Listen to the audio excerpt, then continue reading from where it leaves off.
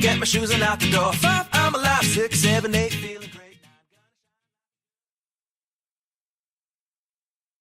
Hello, Beyond Your Wildest Dreams tribe. This is Dr. Noah.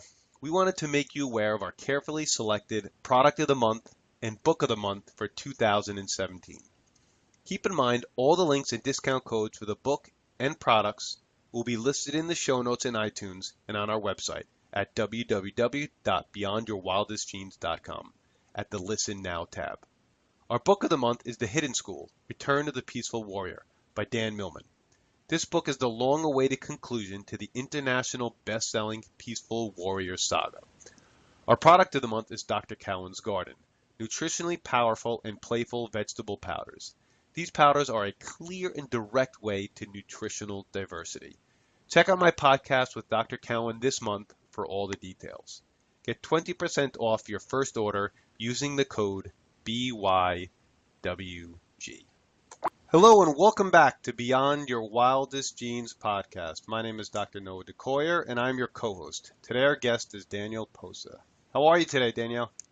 I'm very good, thank you. Let me do your bio because it's pretty impressive, and I had to cut it down a little bit. I didn't cut it down too much, but let me do your bio, and then we'll dive right in with the questions. Sure.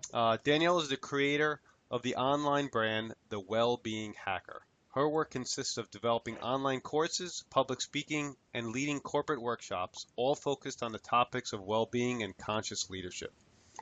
Danielle was formerly a management consultant at Gallup. Her key responsibilities included managing client relationships and advising them on how to improve employee customer engagement, well-being, leverage talent, and create high-performing workplaces. Danielle also served as the liaison between Gallup and Gallup's senior scientist Deepak Chopra, where together they focus on exposing Gallup's well-being and research to the world. Danielle speaks publicly to various audiences about her cancer experience, life, and well-being. She guest lectures with Deepak at his Columbia MBA course called Just Capital and Cause-Driven Marketing, as well as Executive MBA class at the Kellogg School of Management at Northwestern University, The Soul of Leadership. In addition, she has been on stage at Deepak's Sages and Scientists Conference and has been interviewed for his show, One World. Danielle also blogs for the Huffington Post, is a G8 Young Delegate, and is a volunteer and public speaker for the Make-A-Wish Foundation. Whew. As a non-Hodgkin's lymphoma cancer survivor, Danielle completed 2 triathlons for the Leukemia and Lymphoma Society's team in training, raising thousands of dollars. Danielle lives in New York City, is the oldest of 4 sisters, and her favorite pastimes include spending time with her family, traveling the world, playing soccer, and playing the piano. Whoa, that's a bio for you. Oh, thanks. You do a good job reading it. Yeah, I don't know where you find the spare time to do anything after do all the things you are and you do. Well, like we said before, that considering I don't have kids yet, I give credit to all of you guys who are family people, who have kids to take care of. So I feel like I have more time than most people do, but I do like to keep busy. Yeah, me too. So Danielle, as a young child, you have a pretty fascinating bio and health history, especially being a cancer survivor. You know, unfortunately and fortunately, cancer has touched so many of our lives, including myself. How did that help shaping who you are today? Sure. Yeah. So it has shaped a lot of things in my life. I was diagnosed with non-Hodgkin's lymphoma when I was 5 years old, and I had a pretty typical cancer experience in terms of, you know, I went through several rounds of chemotherapy. I lost my hair, which I remember very, very vividly. And I was a very active kid. So, you know, when I stopped eating, I lost a lot of energy, and my mom knew something was something was wrong with me. And so my treatment lasted like about a year and a half. And they thought I would take 2.5 years about to heal and to go through the process, because what happened was when I was getting my my chemotherapy rounds, they weren't expecting my body to be so receptive to the next round. They thought there was going to have to be more recovery in between each phase. But I was able to keep going with my chemo. And so I ended up finishing faster than any other case. I guess they saw I was diagnosed in the third stage, and I had finished a lot faster than they thought. And I didn't know this until later on. And the reason why I mentioned that part of my story and my experience was because once I got older, and I was about 15, I was asked to do my first public speaking engagement. I was asked to be a keynote speaker for the Children's Cancer Research Foundation. So it was like an audience of 300 people. And I was like, oh my goodness, like I have to actually know what happened to me as a kid. So that's when I started asking my parents these questions about my illness. And when they shared with me, because since I had to speak about it, I needed to like really understand like what had happened. And when they told me about everything that I went through with the cancer and how I got rid of it so quickly, my first thought one of my first thoughts, or one of my first ahas that I had at that time, was that I said to myself, I bet being able to deal with it quicker, my body's ability to be able to heal faster, had something to do with the childlike mind and spirit. And because I thought to myself, like, I didn't know, as a 5-year-old that I had a cancer, right? Like as an adult, it's such like a loaded term. And I remember thinking like, oh my goodness, good thing as a little kid, my mind wasn't aware of like what cancer meant. And I said, I think that if I would have known or had been more scared going through the process, that might have affected my ability to heal and to get through it as fast as I could, because every memory that I had of going through it, I always remember being fairly happy, and I was scared during certain treatments and certain things like getting your spinal tap and things like that. And those moments were scary, but overall I remember being a happy kid. And that was like the first time that I started to get very intrigued with the power of your mindset and just the spirit of a kid, and made me think, well, we have to get better at leveraging that power throughout our entire life and focusing on that desire to live, that desire to be happy, that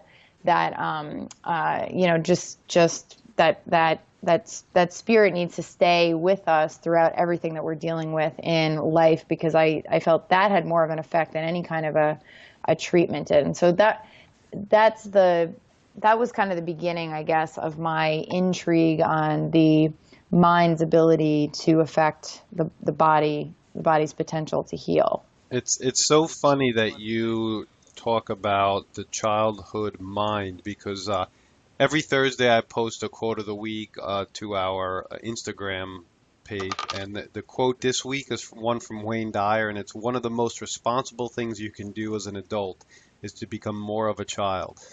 Oh, I love that. So then you're talking about exactly what I'm going to post on Thursday. It's kind of really funny that's awesome.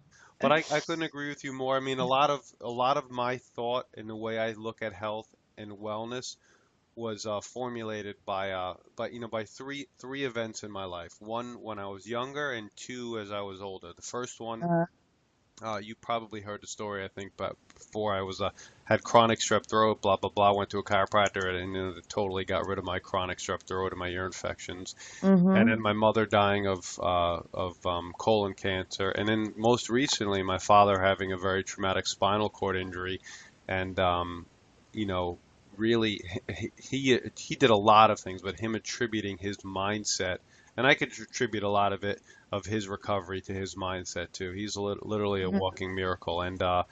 And I know you spent a lot of time on mindset and living on purpose and living a purposeful life, and that's where And that's where I want to lead to next. And Mm, I wrote down a question. Let me just read it to you, and then you can go in whatever direction you want. sure. But I'd like to talk about what we just mentioned, purpose, living a purpose-driven life. I think that was the title of a book. What it means to have a purpose, and how purpose can dictate your physiology, or in other words, just how does your mindset or your purpose dictate your overall health? Yeah.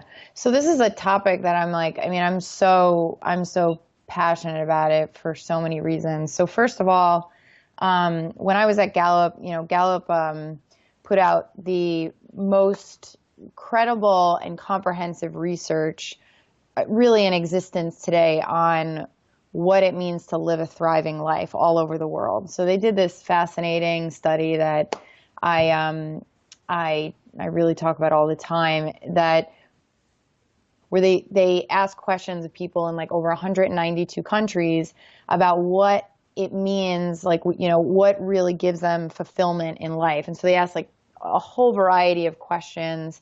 And they found out that across the board in every country, regardless of your cultural background, there were five key elements of well-being. And the first and second were almost equally important. And so the first was your work and your purpose. So it's what you do every day, and what you give your energy to, the work that you choose in your life is the biggest influencer on your overall quality of life, and whether or not that work is giving you purpose, whether it's leveraging your natural talents and your strengths, because we're all here, we're all each unique people. And I truly believe this, that 7 billion people are each unique with a unique story, with unique talents. And if we don't work on exposing that to the world, we're doing a disservice to ourselves, and we're doing disservice to everybody. So anyway, back to the study, so according to research, like your work and your purpose is the most important thing. Your social well-being is second. So your relationships, the key relationships in your life, and your sense of purpose in life are basically the two major influencers on your overall well-being. So I've always been a believer that we each have a purpose in life. But then when I heard that research, it made me feel even more strongly about this topic.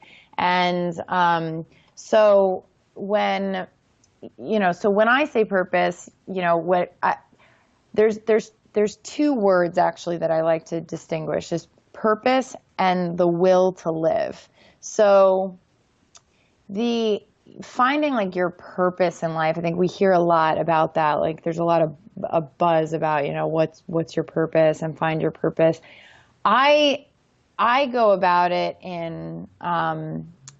I went about it in a methodical way for myself. And that was like, getting clear on like my whole story. Like what's the sequence of events? What's my own like autobiography of everything that I've been through and the experiences that I've had, and what are the trends in those experiences? What are the commonalities that help point to what makes me unique? What makes what makes those experiences things that I can kind of digest and break down so that I can find the meaning in those experiences and help share that, in the world in some way. So one part of your purpose, I think, is really understanding your story and how unique your own experiences are. And then the second part of it is, I spent a lot of time thinking about the natural talents that I have. What are the things that I can do, or the gifts that I might have that I literally can't fail at? Like things as simple as, being able to start up conversation with anybody and finding commonality with people. Like I know that I'm really good at that. I'm good at being curious with people that I encounter. I'm like, well, that's something that I literally couldn't fail at doing that.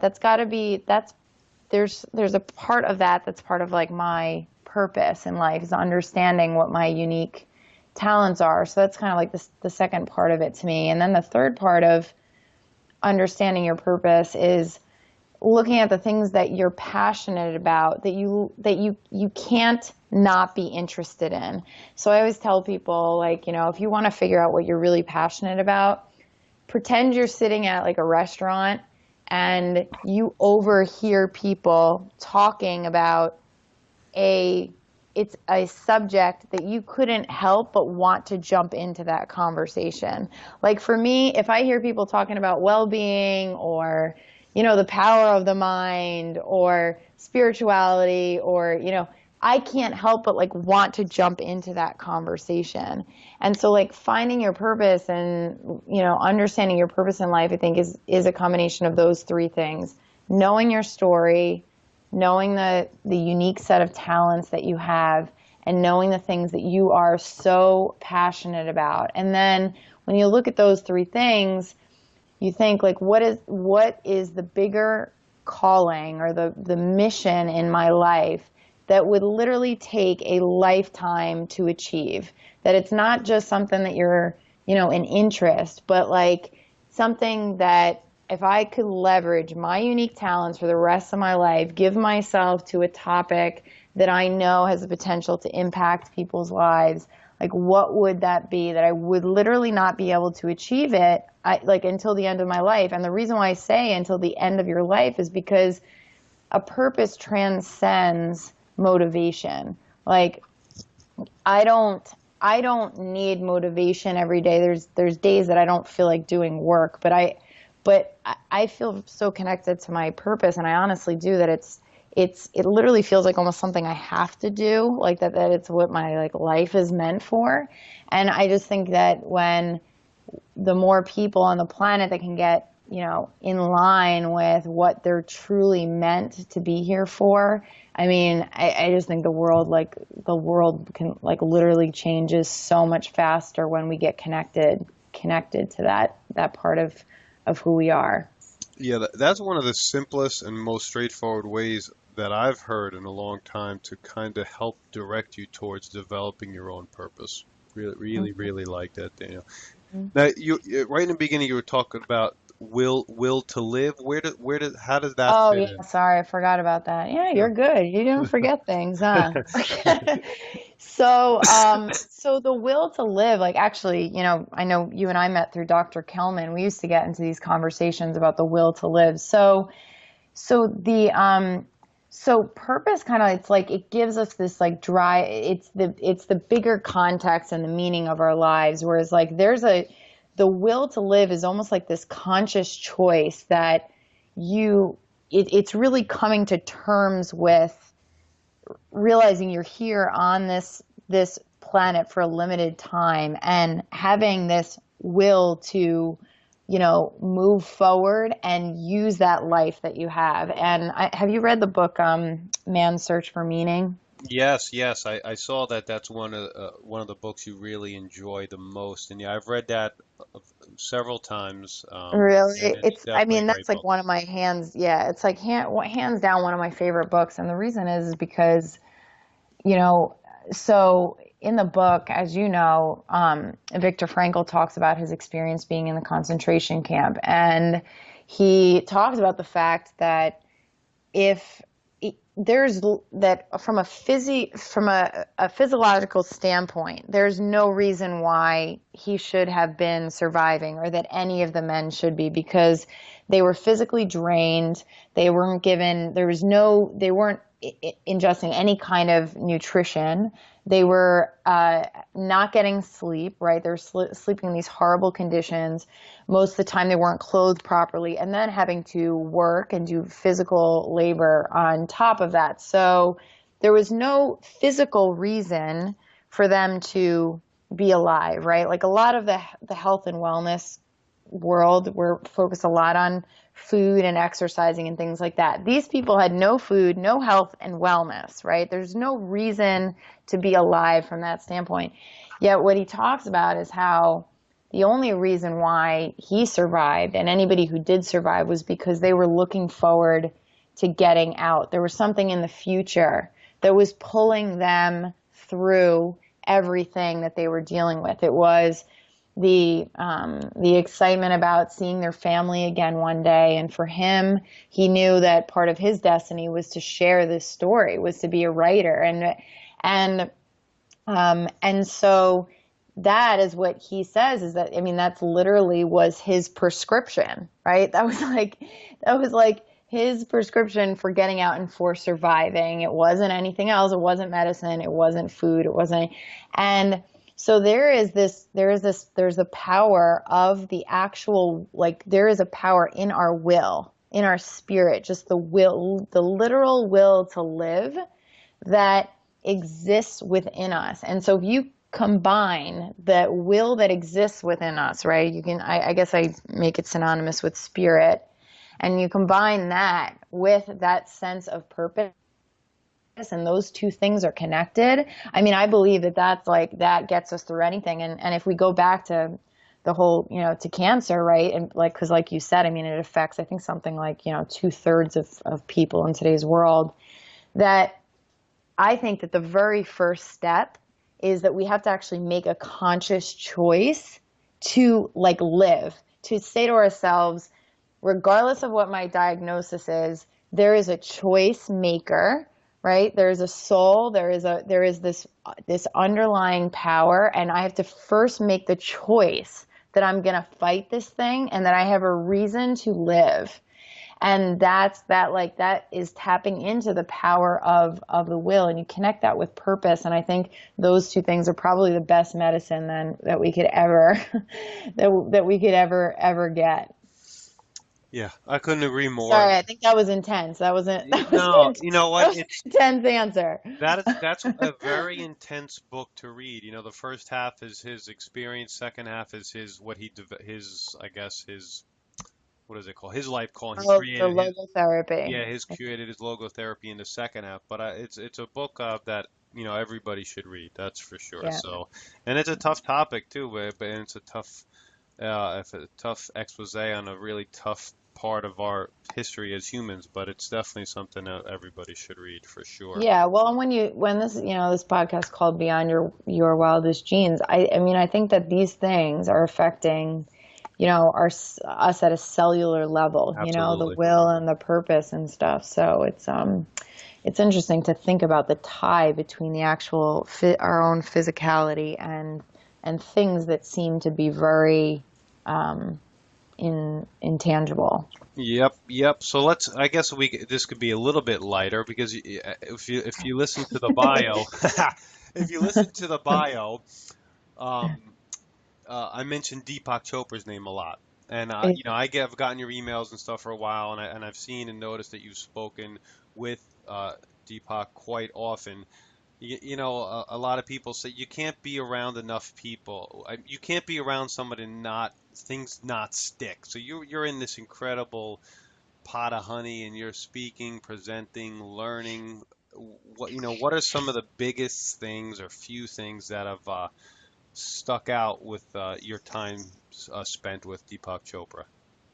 Sure. Well, first is he's human. I have a great relationship with him, and he's awesome. So we joke around about things. We have a lot of like normal conversations and stuff too. So Deepak's great. He's definitely deep. I think he's been given that name for a reason, because most conversations that we have are about pretty mind-blowing things. He can't help but to talk about consciousness and in just about every conversation that we have. But I think, first and foremost, he's actually just chilled me out a lot. I mean, as you could probably see, I'm kind of like an intense high energy person, but like when we've done our, workshops and stuff together, we're almost like polar opposites, because like I go in there and I want everything prepared and I want to go through our outlines and do all this stuff, and he just kind of sits there like slouched in his chair, and he's just like, just relax, it's fine, like we'll just go up there and we'll do our thing. And then I just sit there and take a deep breath and kind of chill out. So he's definitely just taught me to relax about things. But aside from that, he's really the first person to have me understand really what the soul means. One of the first ways that he talked to me about it is as people who know him probably have heard him say that like the soul is the choice maker. And to just think that like to really distinguish between what your mind is saying and what the soul is saying. And the way to distinguish that being that the soul is what's still choosing regardless of what the mind is doing. So you might be thinking, but if you're able to almost like look at those thoughts and see those thoughts like almost like as a third person and just kind of like watch them come and go and choose which thoughts you're gonna entertain, which thoughts are you gonna actually turn into action. The soul is that choice maker. It's the one that's able to kind of, and that's who you really are. Like we'd have conversations, and if I use the word me too much or I, he'll be like, but who is the I that you're talking about? And I'm like, and then I sit there and I'm like, really, Deepak, you know what I mean, and I'll get kind of, almost like frustrated, but at the same time, I'm like, yeah, you're right. And he just always like forces me to like really think about that. Like, who is the I? Like, who is the soul? And so that's definitely a big part of our relationship, and he definitely has been the one who he's been the major reason why I've ever started meditating, and I really learned how to meditate from him. So yeah, he's been a huge impact on my life, and I'm extremely grateful that I've crossed paths with him. Yeah, personally, I've never seen him live. I mean, I've read a lot of his material. Some of some of my most favorite books that he's written are the books on Jesus, Muhammad, and Buddha. Man, I love those books. I don't Oh know. I don't know wow, if you yeah, ever that's read those books. interesting. No, Those are I excellent books. haven't read those ones actually. No, I I mean there's actually 85 books. Can you believe that? That he's no. read he's read yeah, he's written, I think it's more than that now. It might be like 80, 88 or 89 or something. It's crazy. Yeah, well, I would recommend those three books if you're interested in any kind of religious type history, because the story of these great individuals, who I personally believe all three of them lived and were whatever you want to call them, prophets, God, I don't really care what you call them, Yeah. but Yeah. the stories of them are fantastic, and the way he tells them are really great.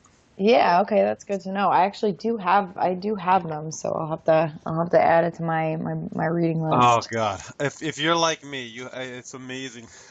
I got books on my phone. I got books in my office and work. I have books on my nightstand. It's holy Christ. I do. I know I Oh, am. It gets a little bit crazy. I read his I liked The Spontaneous Fulfillment of Desire is one of his that I really liked. And then he wrote one on Mother Teresa called Peace is the Way. I love that one too. So there's a few of his that I like. But when I first met him, I hadn't read any of his books because I was 23 when I first met him, and I remember just thinking, oh my God, out of all the books that this guy has written, I have not read one of them. I knew who he was and I loved his stuff and I loved his philosophies, but at the time I just hadn't read any, and I was like, oh boy. So it was just like one of those moments.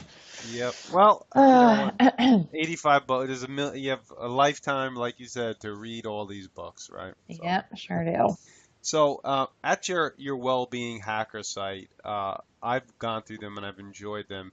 You have an email series. How about explaining that to our audience a little bit, maybe nudging them to sign up as well?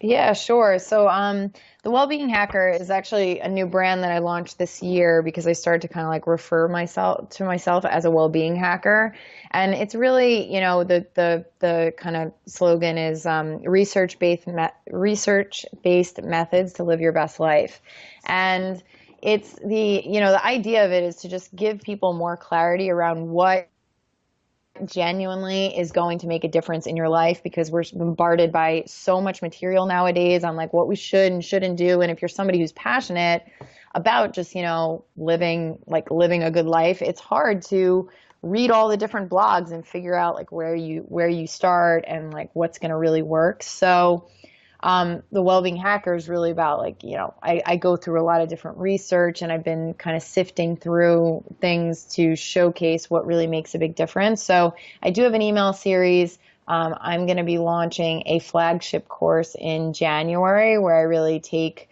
all of the material that I've been hoarding over the years and put it into what I think is going to be a really awesome well-being course for people. So that should be coming out in January. So as long as you're on the email series, you'll get those updates. And actually, the course that Deepak and I led together live, we do have that in the online, like it's a video version on the website as well. So anybody who is interested in the work that him and I have done together, you can actually buy the video version of the course on the website as well. So a lot more to come on the site. It just launched really like 5 or 6 months ago. So Cool. There's a lot coming. Well, then I recommend and highly suggest our audience to hop on. I think it's www.wellbeinghacker.com and just sign up for that email series. Get them. I mean, it comes in the inbox. It's just the videos are like 2 minutes long, so it's like a piece of cake to watch, but they're definitely impactful for sure. Thank you. Thanks. I appreciate that. You kind of answered my next question. What does the future hold for you? Mm-hmm. Well, it's bigger in the sense that, when I talk about well-being at the individual level, it's not necessarily speaking to what my mission is on a bigger level with it, because, to me, what I'm really looking to do with all this well-being stuff is kind of shift what we see as success in society, because I think if we were more clear on what it truly means to live like a great life, if we knew the difference between workplaces that were, super engaging and empowering for people, we should be aiming for that. Like our metric for success in a company should be whether or not, the well-being of the employees is thriving and whether the well-being of the customers that company is serving is thriving. And same thing for public officials, right? Like I think like the success of a president should be determined on how much of an impact did he or she make on the well-being of the people that he or she is influencing. And so my mission is to get, have it be gross national well-being, and so I plan to do that more through making this information more available through online courses, through live workshops, and cater them for cater the content to individuals, to companies, but also to public officials and to education as well. So I really just want to get this to be more mainstream education, mainstream way of measuring our success in society. So that's kind of like that's what I'm doing, and I'm also working on a book, but I think that it's more going to be it'll be coming out probably like 2 years from now. So that's a little further down. That's all later on in the future. Very good. Those are the ultimate goals.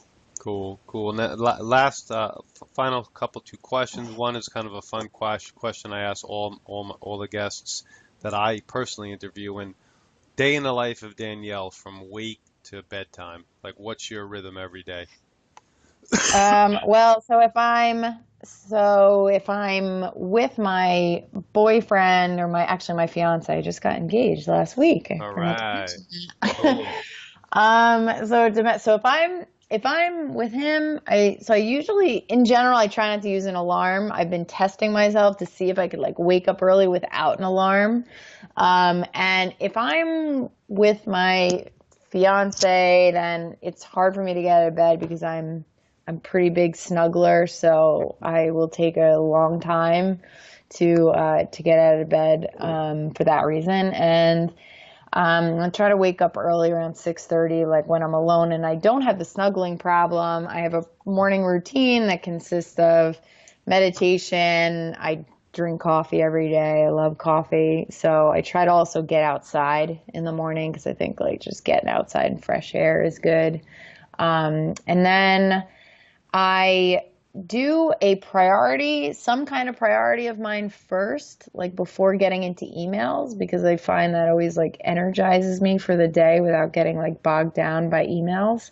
And then I'll, go through my emails and I'll do like some kind of physical activity in the middle of the day because, I just feel like I'm sitting at my computer way too much. And so I have like a list of physical activities that just help me like get up and moving, whether it's going outside and doing some yard work or something that requires, real movement, or like a project that doesn't involve a computer screen. So I do that.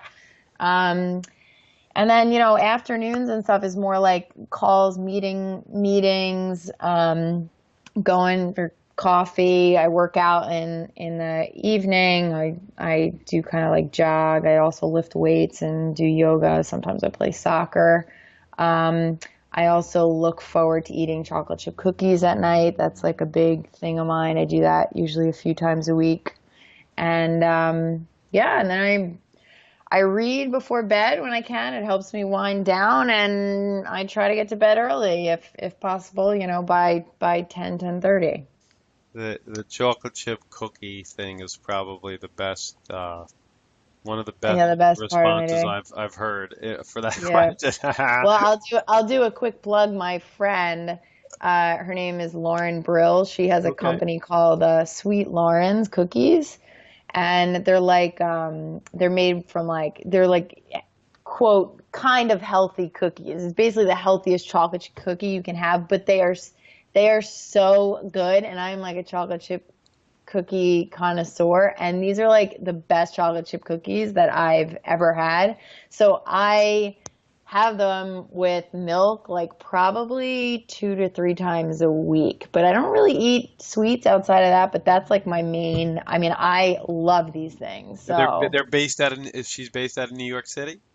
she is, yeah. And like if I wasn't doing Wellbeing Hacker, I would probably be working for her company and Uh, like just being a chocolate chip cookie connoisseur Well, and promote chocolate chip cookies to everybody. considering I'm only like 8, 9 miles outside of the city, I should definitely try them. No, you can get them anywhere. They're like in Whole Foods and like I mean she's got them everywhere. What She's are been they? expanding like crazy. What are they called again? Sweet Lawrence, Lorens. L It's O like a R pink. E It's a N. pink package. You get them in like the refrigerated section. I'm gonna have to tell her that I'm talking about her cookies more tonight. All right. But Uh, yeah, I'm telling you, your kids will be very happy, and they're like, yeah, they're the best. all right. When I go to Whole Foods, sometime in the next week or two, I'll pick them up for sure. Yep, they're in ShopRite too. They're in other places as well. But yeah, I'll let you do more research on that. I won't take up more time on this subject. Any I could talk. Listen, I'm a chocolate fanatic, so Me too. chocolate chip Yeah. cookies, chocolate. We're talking about a definite passion of mine. Now, Yep. any last words you'd like to say or leave our audience with? No, I mean, no, that's it. I guess like yeah, like my website, like you said, wellbeinghacker.com. So just find me there. If you're passionate about this subject of well-being, I've been doing more stuff in companies as well, and I've developed a workshop for companies so that employees and managers can learn more about their own well-being and how to be better managers of well-being in their employees. So if you're someone who's like an advocate of that, reach out to me because I love helping. Like I usually have to find the well-being advocates within companies to help like kind of, like get in the door and initiate these conversations. And so reach out to me if you're one of those people and you want your organization to like get more involved in well-being and do some kind of a workshop. And if I could help in your workplace in any way, please let me know. I love that. Cool. Thank you, and I'm sure somebody will. Thank you for your time, Danielle. I really appreciate it. Great interview. As I said, next time you have a book, a new program, you want to get in depth about one specific topic, don't hesitate to reach out to us. Um, Sure. my name is Dr. Noah DeCoyer, your co-host, and you're listening to the Beyond Your Wildest Dreams podcast. If you like what you've heard today, please share this with your friends and encourage them to subscribe on iTunes. Leaving a review and a rating on iTunes helps us move up the charts and helps more people find us as we get closer and closer to that 1 million subscriber mark. You can subscribe to our incredible weekly email at www.beyondyourwildestdreams.com. And thank you. And as my oldest son Hayden says, be awesome and never unawesome.